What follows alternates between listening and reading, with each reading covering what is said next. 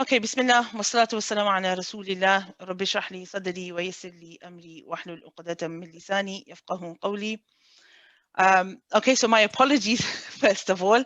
You don't want to believe what had just happened. I was actually I had a little technical issue on my side. I thought I was streaming and I wasn't. So alhamdulillah, jazakallah khairan to the sisters here for being patient with me, because it means that we have to start all over again. I wanted to start off saying alhamdulillah that we've reached Ramadan with the blessings of Allah. Alhamdulillah, this is really such, sometimes we don't realize just what a huge blessing it is. And I pray that Allah makes it something which is beneficial for us, a transformatory process for us, something that makes us a better person for the rest of the year. May Allah make it a means to get closer to Him, and may Allah accept all of our good deeds and forgive us our sins. Ameen. Okay, so this is, I think, our take 3 today. So my apologies again. We're going to dive straight in, inshallah, with the first ayah of Surah Tabarak. We did have a question yesterday regarding the isti'adha. Somebody was asking, what is the isti'adha? The isti'adha is the name of the entire phrase that we say, A'udhu billahi minash shaytanir rajim. Saying that entire phrase, we can call that the isti'adha. It does have other names, for example, like the ta'awudh. So whenever you hear me say the isti'adha, you'll probably hear me say it a number of times over the duration of the course. Then that's what I'm referring to. So we're going to start with the isti'adha today, and the basmallah, and then we will start with this first ayah. Can everybody see the screen? Yes. Okay. أعوذ بالله من الشيطان الرجيم. أعوذ بالله من الشيطان الرجيم. بسم الله الرحمن الرحيم. بسم الله الرحمن الرحيم. Okay, so we're going to say the first part first, which is تبارك الذي. تبارك الذي. تبارك الذي. تبارك الذي. Alhamdulillah. So today, alhamdulillah, you've managed to say your fathas here correctly. Just as a reminder, we did say yesterday, let me put myself on full screen because I know there was a bit of an issue yesterday with being able to see me. So inshallah, what I'll do is when I do need you to see me, inshallah, I'll take the share off so that you can see me better, inshallah. So this time, remember we said that for the fathas, you bring your lips out a little bit this way and a little bit this way. So ta ba, right? So your lips actually moves in a similar fashion for both ta ba. The difference, of course, is where your tongue or where your lips are going and what you're relying on. For the ta, of course, it's the tip of the tongue behind the upper two front teeth. For the ba, of course, it's produced by the actual meeting of the lips. Just be careful that your lips don't go in. So you shouldn't be saying, for example, they shouldn't be going in for the ba like this. This would be incorrect. They just meet. Ba, slight pressure, but they shouldn't be going in. And you shouldn't be pressing too hard either. It's just a very natural ba, okay? The ra is different. The ra here is a letter which is sometimes you can find it heavy, sometimes it is light, and it just depends on the circumstance that it's in. This time, in this particular ayah, we see it with a fatha. So when you see a letter with a fatha, when you see a heavy letter, it's got to be a heavy letter. Now you know that you're going to move away from how we thought we were going to pronounce. For example, the way that we pronounce da and ba. This time we're talking about a heavy letter, the movement will be a bit different. So when you say ta ba, watch very carefully the way that my mouth, pay attention to my jaw when I say the ra, and pay attention to how wide my lips are when I say the ra. Ta ba ra, ta ba ra. See how I was holding my lips, ta ba, but when I said the ra, my lips sort of went into I wasn't holding them so much in a smile position. I let go. I let them loose. and my jaw actually on the inside came a little bit lower. Tabara, tabara. Okay, let me share the screen again, and let's try that again. تبارك الذي. تبارك الذي. So remember the consistency between ta and ba. The ending sound has to be the same. تبارك الذي. تبارك الذي. And the lam here, I want us to think about the lam. The lam here, any time you see a lam, and that lam either has a sukoon or it has a shadda, it means that that lam is being joined to the letter before. Whenever you see that, it means that you've got to pay attention to how you're joining. The lam is a letter of, it's called tawassut or bayniyya. It is a letter which is, it basically translates as like middle ground, or the medium kind of, but it's the middle way, it's the middle pathway, it's not an extreme. And when we call it bayniyya or we call it tawassut, what we're referring to is how long you spend on that letter. So when you join it with the kaf and you say kal, so we're not going as far as saying the la bit, we're only going as far as kal. When we say kal, we need to think about how long we spend on that lam with a fatha. We can't keep it too short. We can't say tabarakalladhi kal. Kal is very short. We can't spend too long on it. So we can't say tabarakalladhi. You see, that was too long. Kalladhi is too long. It's supposed to be somewhere in the middle. Okay. Tabarakalladhi. Try that, everybody.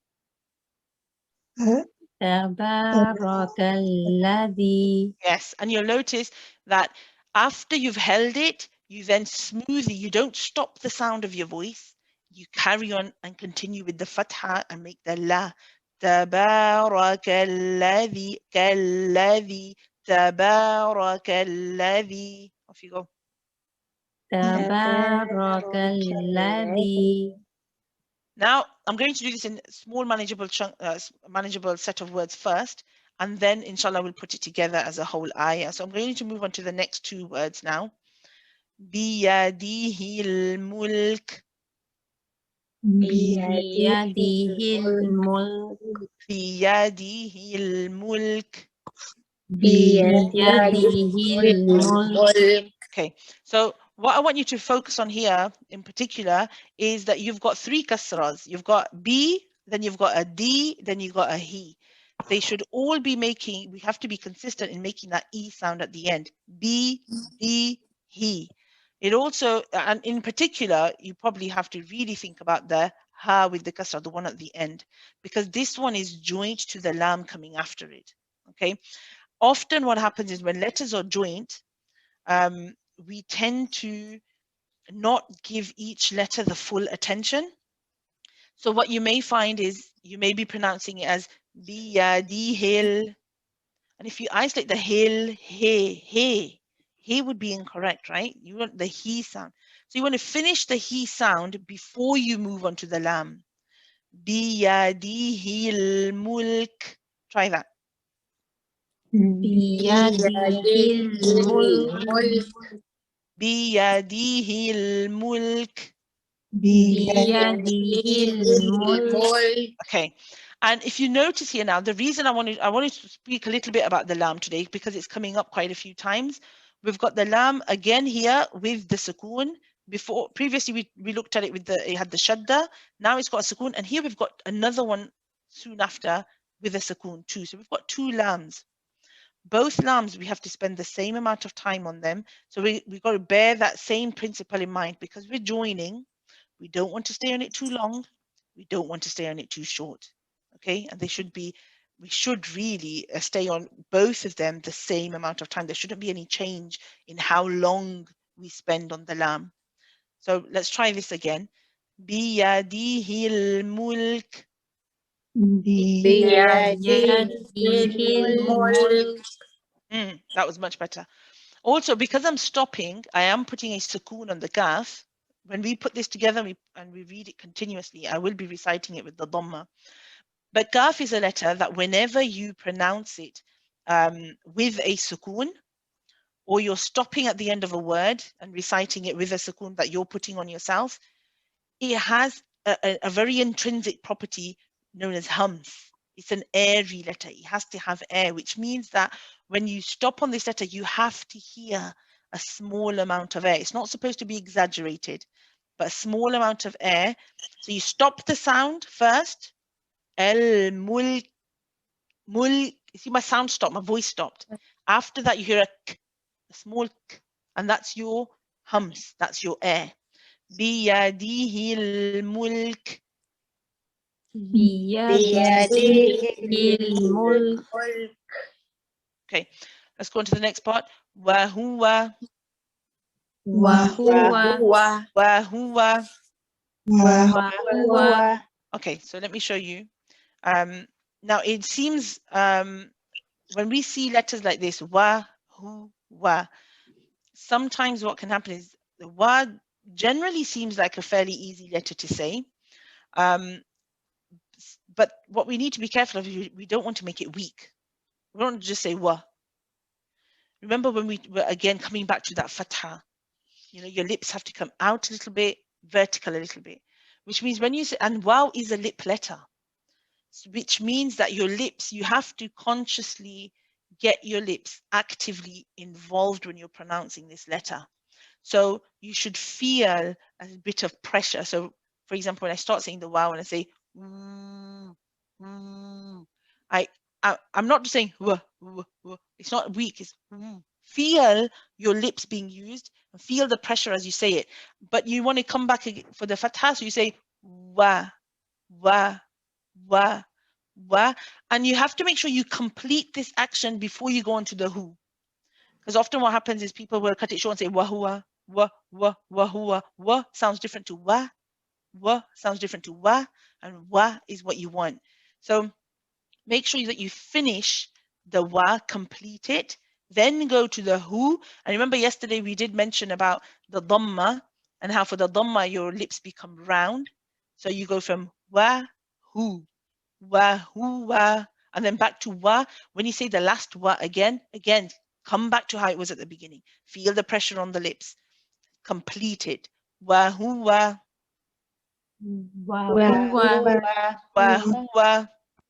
وهو. Okay, and then we'll add on the next word. وهو على. وهو على. وهو على. وهو على. Yes, good. Alhamdulillah. Then we have the next word. Now here, this lam, what do you think? Do you think that we need to think about holding it or not? No. No. No. Good. Alhamdulillah. Good. Because the lam, whenever we're thinking about how long we're holding it for, that's only when it has a sukoon or when it has a shadda, when we're joining it. Here the lam is not being joined. It just has a straight fatha and we just pronounce it as la. The next one, however, we can see a lam coming up next. This one does have a shadda. So again, we're gonna, when we join it with the kaf, we first have to do that. Hold it before you make the kasra sound, before you make this e sound. Ku, kul, kulli, kulli. Try that. كلي. Again, kulli. كلي. Yes, and you should find that when you say the ku, your lips, remember we said about the dhamma rounding of the lips, the circling of the lips, finish that ku. We don't want to hear ko, right? Ko normally, when with most people, when they're making a ko instead of a ku sound, it's because they're just rushing. So with Quran, it's all about taking your time and just paying attention to each and every letter. So you finish the ku, hear yourself say the ku, then move on to the lam. وَهُوَ عَلَى كُلِّ كُلِّ وهو على كل. كُلِّ. كل. Okay, alhamdulillah. Then we have the next bit. Now we have the sheen, fatha, ya, sukoon, shay. Ya is actually one of the letters where you can stay on it. Once you join it with the sheen, you can stay on it for longer than you did the lam. It's a rahawa letter. Okay, so once you get there, you can keep it running for a bit longer. Shay, Shay. Now try shay'in. Shay'in. You see how I'm taking my time with the ya? Shay. Let it run a little bit. Don't just say shay'in. Shay'in. Shay'in. Feel and hear yourself pausing on the ya. Establish it really well. Okay. Shay'in. Shay'in. Okay, and remember for the sheen we mentioned yesterday, just be mindful that your lips are not protruding outwards. Remember, the sheen is not a lip letter, so the lips are not involved. It's just inside. Shay'in. Shay'in. And then we have the word qadir. Qadir. Okay, so the qaf is a heavy letter. Qadir. Qadir. Okay, let me show you the makhraj of the qaf.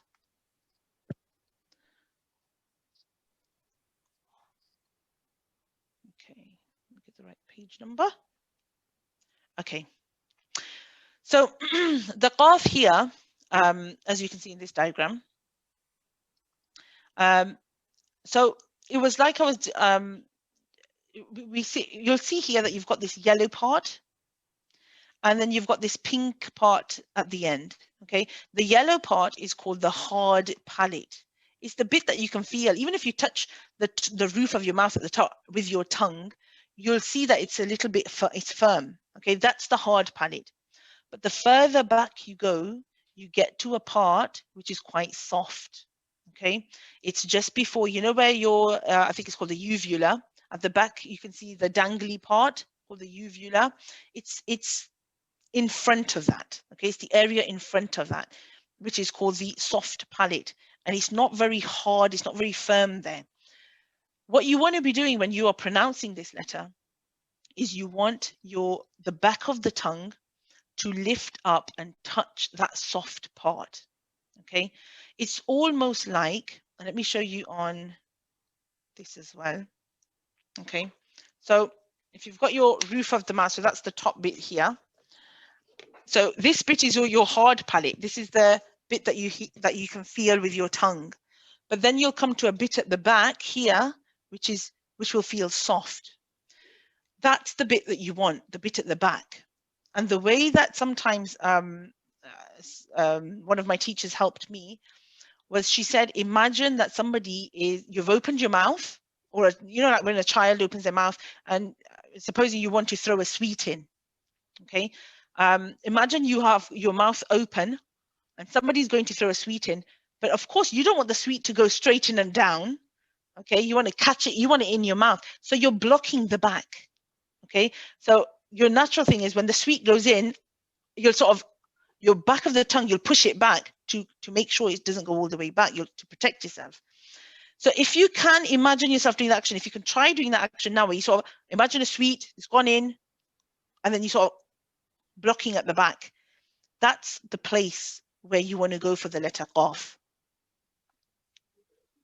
Let me just share my screen again. That's the place you're going for the letter qaf, okay, for this one here. And the qaf is also a heavy letter, okay, which means that you're not going to move the way that we moved for the da and the ba, okay.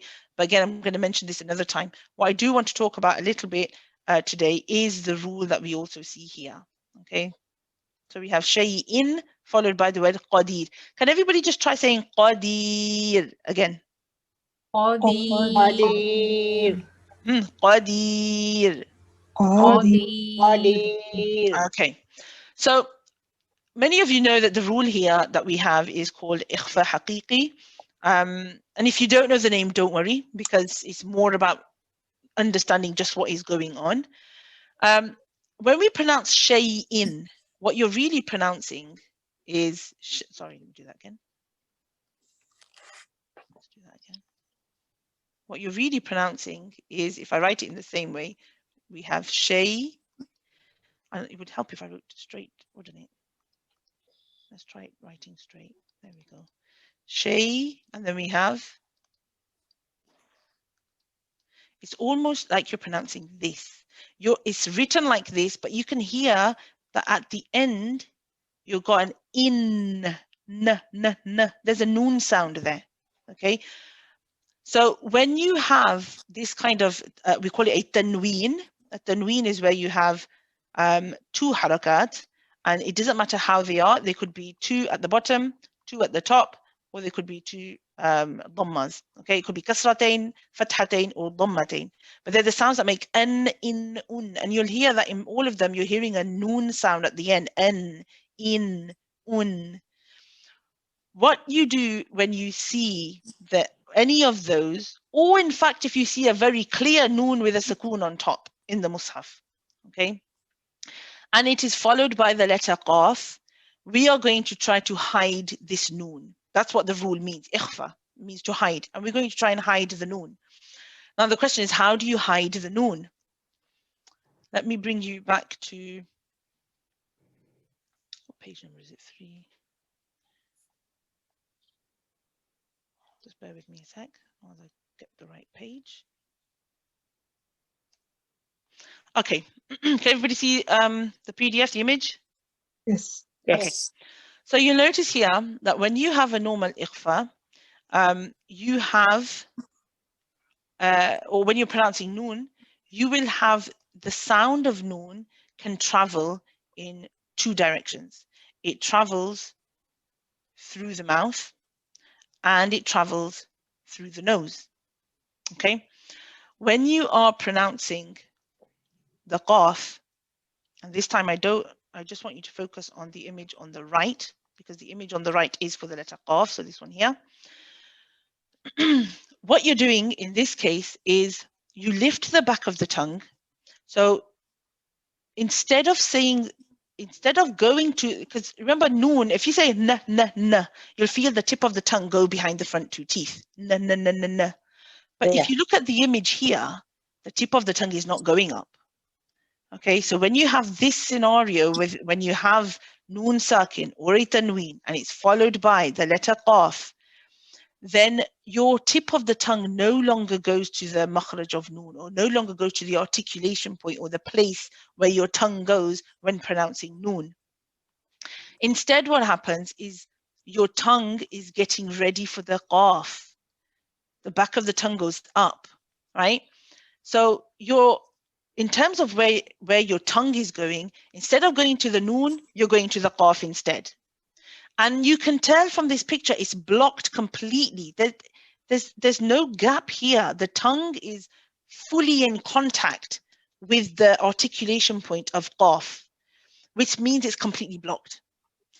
And if it's blocked, it means that the sound can no longer travel through the mouth. That pathway is now shut off.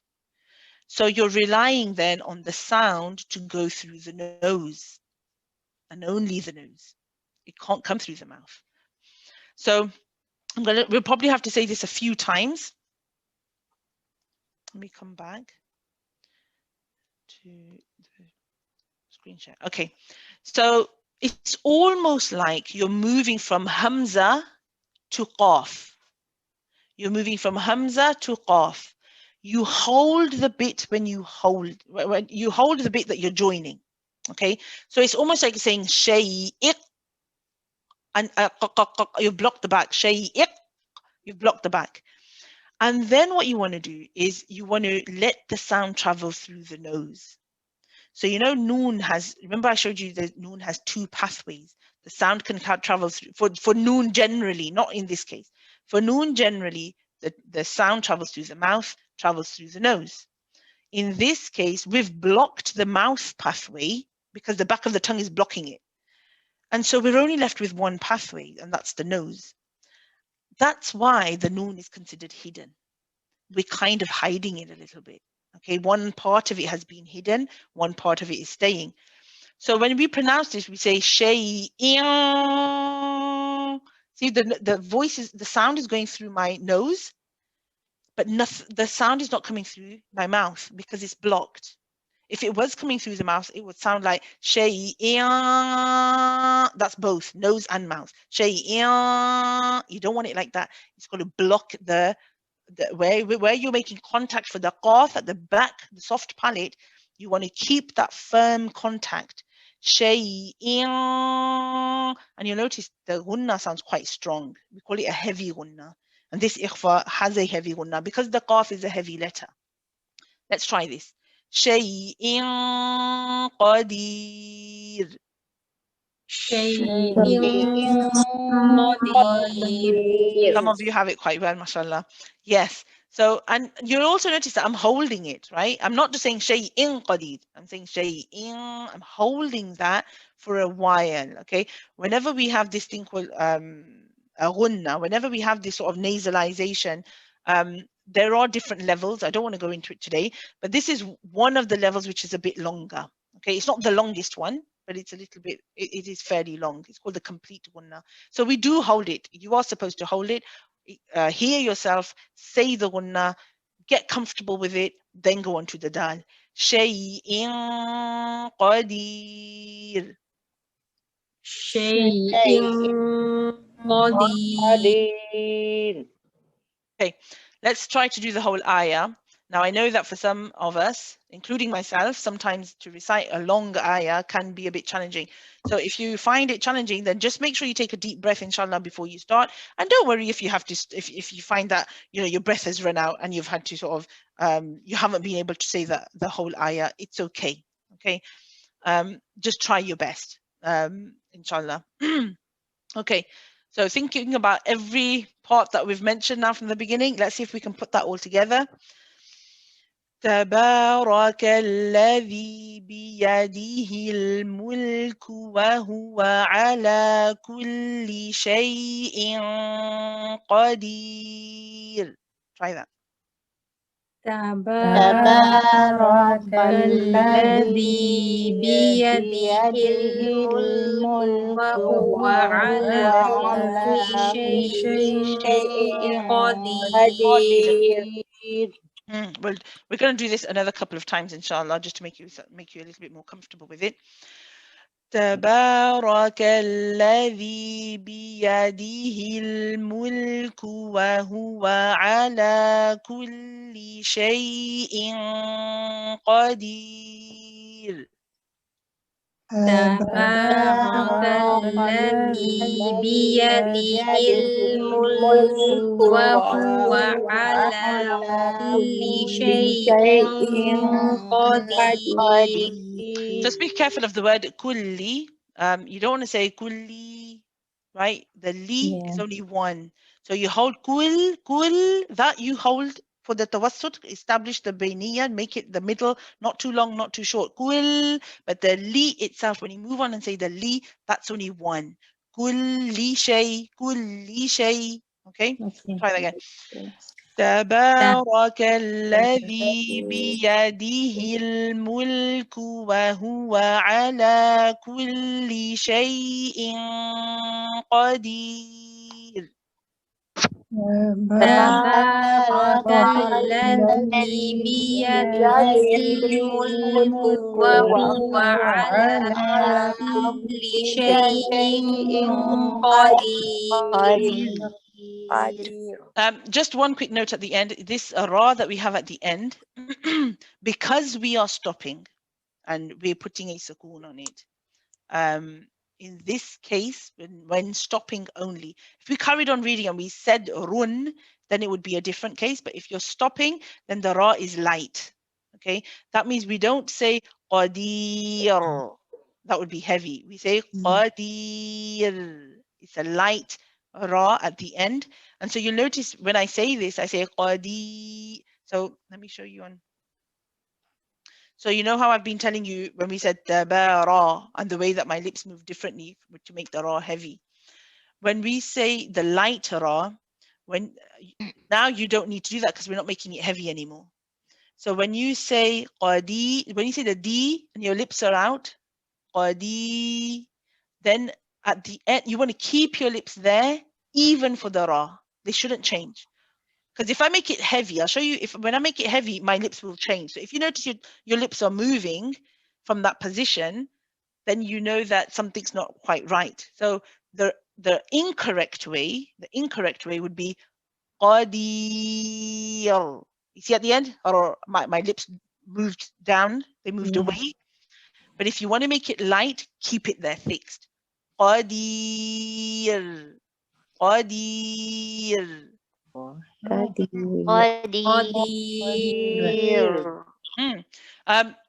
The other thing you'll notice is, and we will go into heavy and lights in a little bit more detail, but the when you say this ra also, you'll notice that only the front of the tongue is involved. The very tip of the tongue goes up, but the rest of the tongue, even the back of the tongue, it's down. Everything is down and nice and flat. Only the tip of the tongue goes up for the ra. Qadir. Qadir. Okay, one last time, inshallah, to finish off, because I want to finish reciting it one time at least, the full ayah.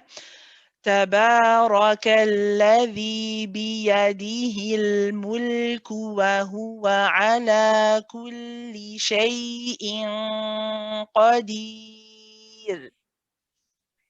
تبارك الذي بيده الملك وهو على كل شيء قدير. MashaAllah, well done everybody, well done. And well done to everyone, my sisters that are here, of course, with me, and all of you at home. Jazakumullahu khairan for your efforts. May Allah put barakah in them. May Allah make this a means of you improving your recitation and a means of you gaining His pleasure. سبحانك اللهم وبحمدك نشهد أن لا إله إلا أنت نستغفرك ونتوب إليك بارك الله لي ولكم في القرآن الكريم ونفعني وإياكم بالآيات والذكر الحكيم.